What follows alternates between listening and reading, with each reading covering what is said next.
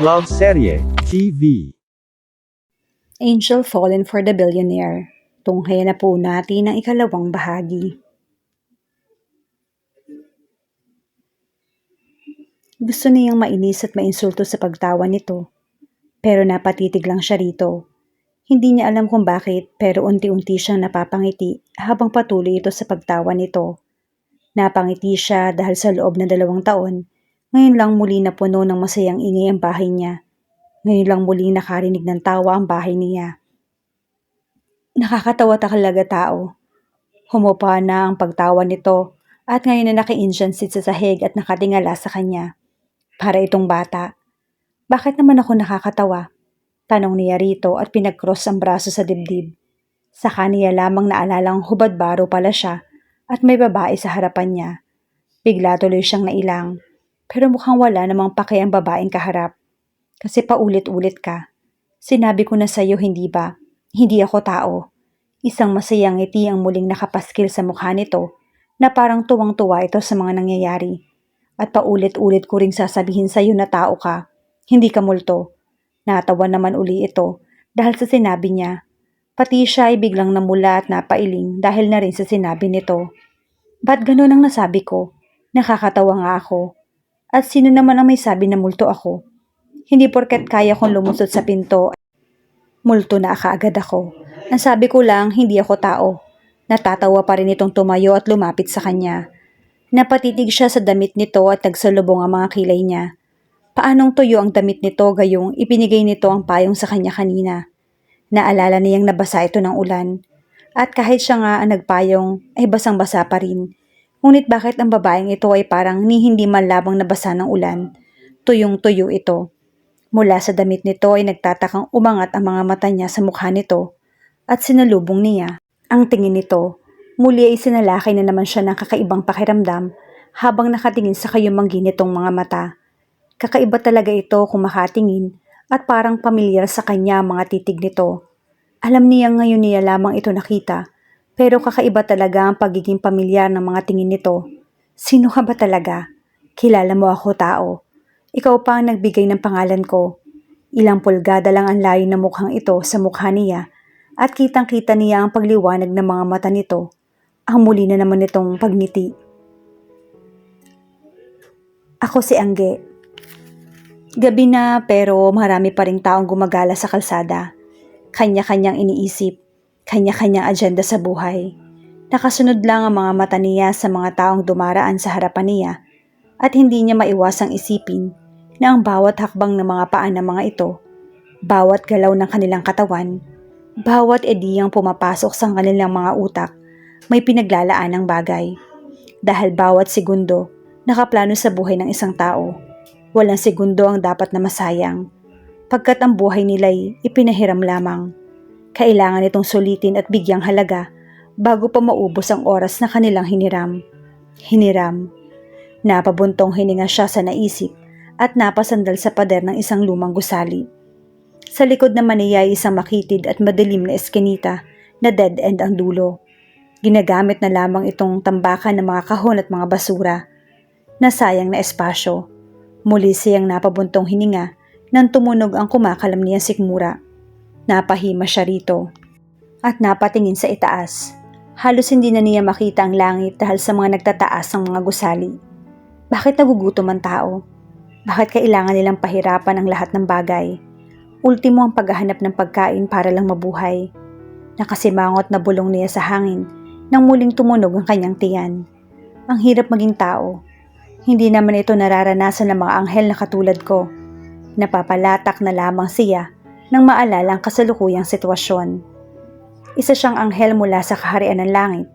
Minsan siyang nagkamali sa paniniwalang lahat ng tao ay masasama. Nasaksihan niyang lahat ng kasamaan at kasakiman ng mga tao at nagsilbi iyong laso na unti-unting lumusaw sa tatag ng kanyang pananampalataya. Iyon ang dahilan kung bakit namuhi siya sa mga ito, kaya daan taon din siyang naligaw ng landas. Naging isa siyang fallen angel at binalak niyang maging isang demonyo noon. Nambiktima siya ng mga tao at kinukuha niya mga kaluluwa ng mga ito upang maging ganap siyang demonyo. Malapit na siya magtagumpay at nasa kanyang panghuling biktima na siya na makilala niya ang taong iyon. Ang taong iyon. Naningkit ang mga mata niya at nainis siya nang maalala ang taong iyon. Nakakayamot ang taong iyon. Pinaalis ka agad ako ni hindi man lamang nag-alok ng pagkain. Napanguso siya nang maalala ang nangyari kanina sa bahay ng taong iyon. Sinabi niya lang naman ng totoo rito na siya si Angge, pero nagalit ito sa kanya. Inagaw nito ang damit na naiwan niya roon at sinabihan pa siya nitong masama raw ang panluloko ng kapwa. Iniinsulto ba ako ng taong iyon? Nagingit-ngit na bulong niya habang nakapamaywang at masamang nakatingin sa kawalan. Hindi niya maintindihan kung bakit ang hirap sa taong iyon na paniwala na sinasabi niya. Nagsasabi naman siya ng totoo. At bakit naman ako manluloko ng kapwa? Hindi nga ako natuloy maging demonyo. Napahalukip-kip siya at marahas na bumuntong hiningang muli. Napatingin ulit siya sa mga taong naglalakad sa kabilang panig ng kalsada. Pagkatapos ay iniangat niya ang kanyang kaliwang kamay. Magdadalawang araw na mula na magmulat siya ng mga mata at madiskubring nasa loob na siya ng katawan ng isang normal na babae. Ang huling naalala niya ay ang pagsasakripisyo niya para sa normal at sa mortal na lalaki. Iyon nga ay si Vic, ang lalaking tao na kinaiinisan niya ngayon. Ito ang lumapit sa kanya sa panahong naghahanap siya ng panghuling biktima. Pinasilong siya nito sa payong nito at dinala sa bahay nito para mailigtas sa hagupit ng bagyo. Pinakitaan siya nito ng awa at kabutihan. Binigyan siya nito ng pangalang hango sa pinakamamahal nitong anak. Noong unang mga panahong mismong sarili niyang pangalan ay tinalikuran niya. Ipinaalala nito sa kanya kung ano at kung sino talaga siya. Ibinalik siya nito sa kanyang pananampalataya. Kaya imbis na hayaan itong mamatay noong gabing iyon, 1 linggo na ang nakararaan, ay inako niya ang kamatayang itinakda rito ng kanyang pagiging fallen angel. Inako niya ang kamatayan upang maibalik sa tama ang lahat at akala niya sa paggising niya ay makibabalik na siya sa langit. Pero nagkamali siya.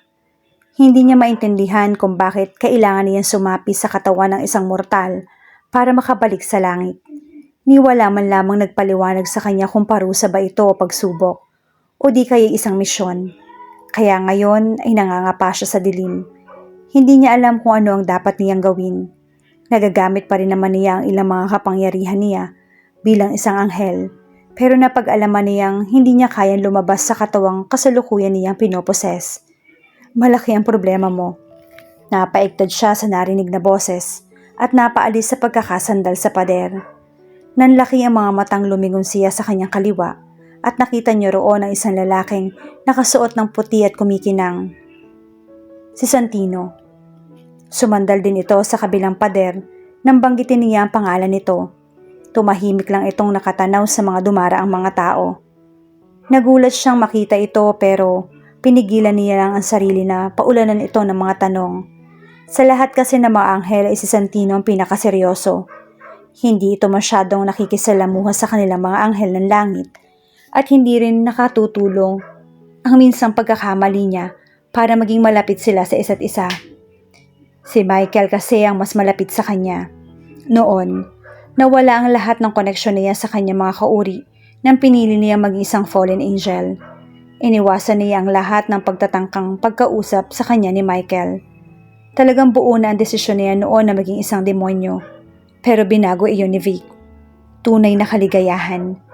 Lumipad ang tingin niya sa mukha nitong matamang nakatingin sa kanya. Kumunot ang noon niya nang hindi makuha kung anong ibig sabihin nito. Tunay na kaligayahan ng mortal. Iyon ang kailangan mong hanapin upang makabalik ka na. Bago pa naman ay lumabas ng isang salita sa bibig. Bigla na lamang itong naglaho sabay ng pag-ihip ng malamig na panggabing hangin. Napabugan na lamang siya ng hangin at hindi pa rin nakahumang napatulala sa binakanteng lugar ni Santino. Tunay na kaligayahan ng mortal? Ibig sabihin, napahimas na lamang siya sa batok at napabuntong hininga. Kailangan kong bumalik kay Vic. Nakokonsensya. Iyon ang nararamdaman niya ngayon habang tila baliw siyang naghahanap. Sakay ng kanyang kotse sa buong syudad para sa babaeng yon. Si Angge. Ako si Angge. Natigilan siya dahil sa sinabi nito. Pagkatapos ay napaurong ng ilang hakbang. Tinitigan niya ng mabuti ang babae at naghanap ng indikasyon na nagbibiro lamang ito. Pero wala. Inosenteng tumitig lang ito pabalik sa kanya at mukhang seryoso ito sa sinasabi nito. Hindi maproseso ng kanyang utak ang sinabi ng babae at ayaw talaga itong tanggapin, kaya natawa na lamang siya ng marahas. Napahimas pa siya sa kanyang batok at tumingalang nakapikit. Hindi niya alam kung ano ang dapat na maging reaksyon sa sinabi ng weirdong babaeng to. Talagang pinaglololoko siya nito. Angge? Dumilat siya at sumeryosong tumingin ng diretso sa mga mata nito. Ngumiti ito sa kanya at humakbang palapit. Aaminin niya, maganda ang babae. Maamo ang mukha nito at nangungusap ang mga mata.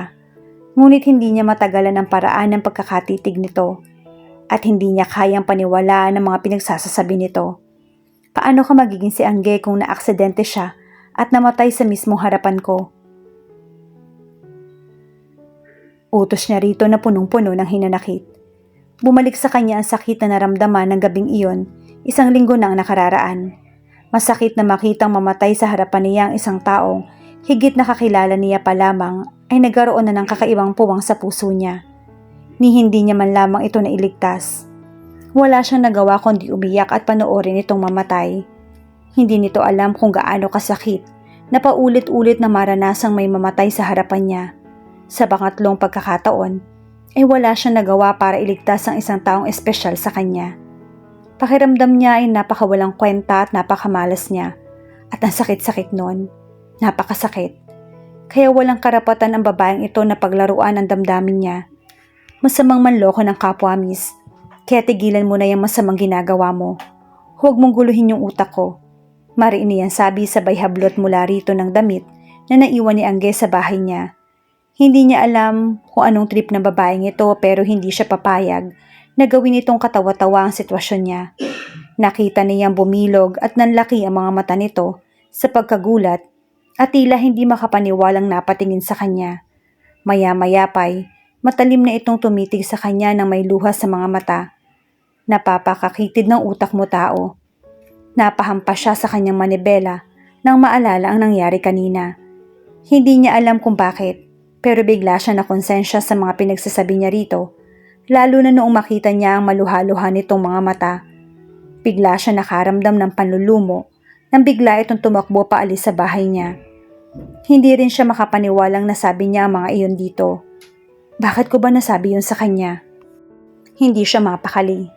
Kahit na anong pagkastigo sa sarili ang kanyang gawin, kaya umalis siya at heto siya ngayon. Tila baliw na hinahanap ito.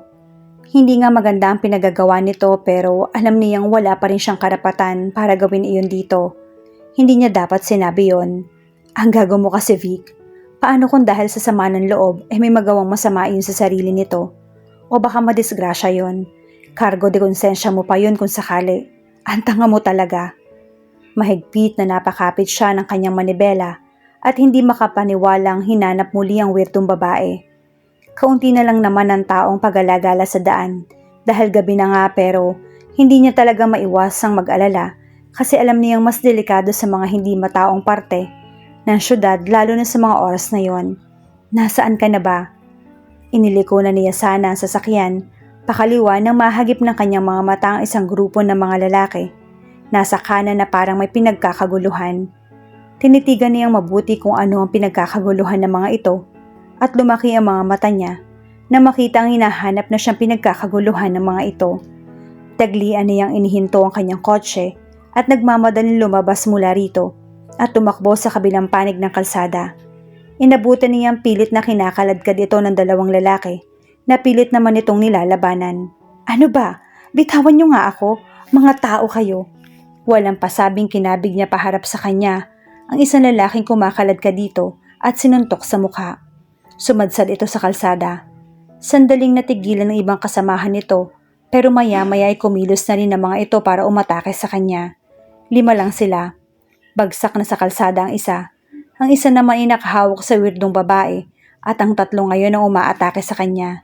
Mukhang mga tambay lang naman ang mga ito sa kanto, kaya sa tingin niya ay kayang-kaya niya ang mga iyon. Inambahan siya ng suntok ng isa, pero nasalag niya ito, at ito naman ang sinuntok niya sa mukha.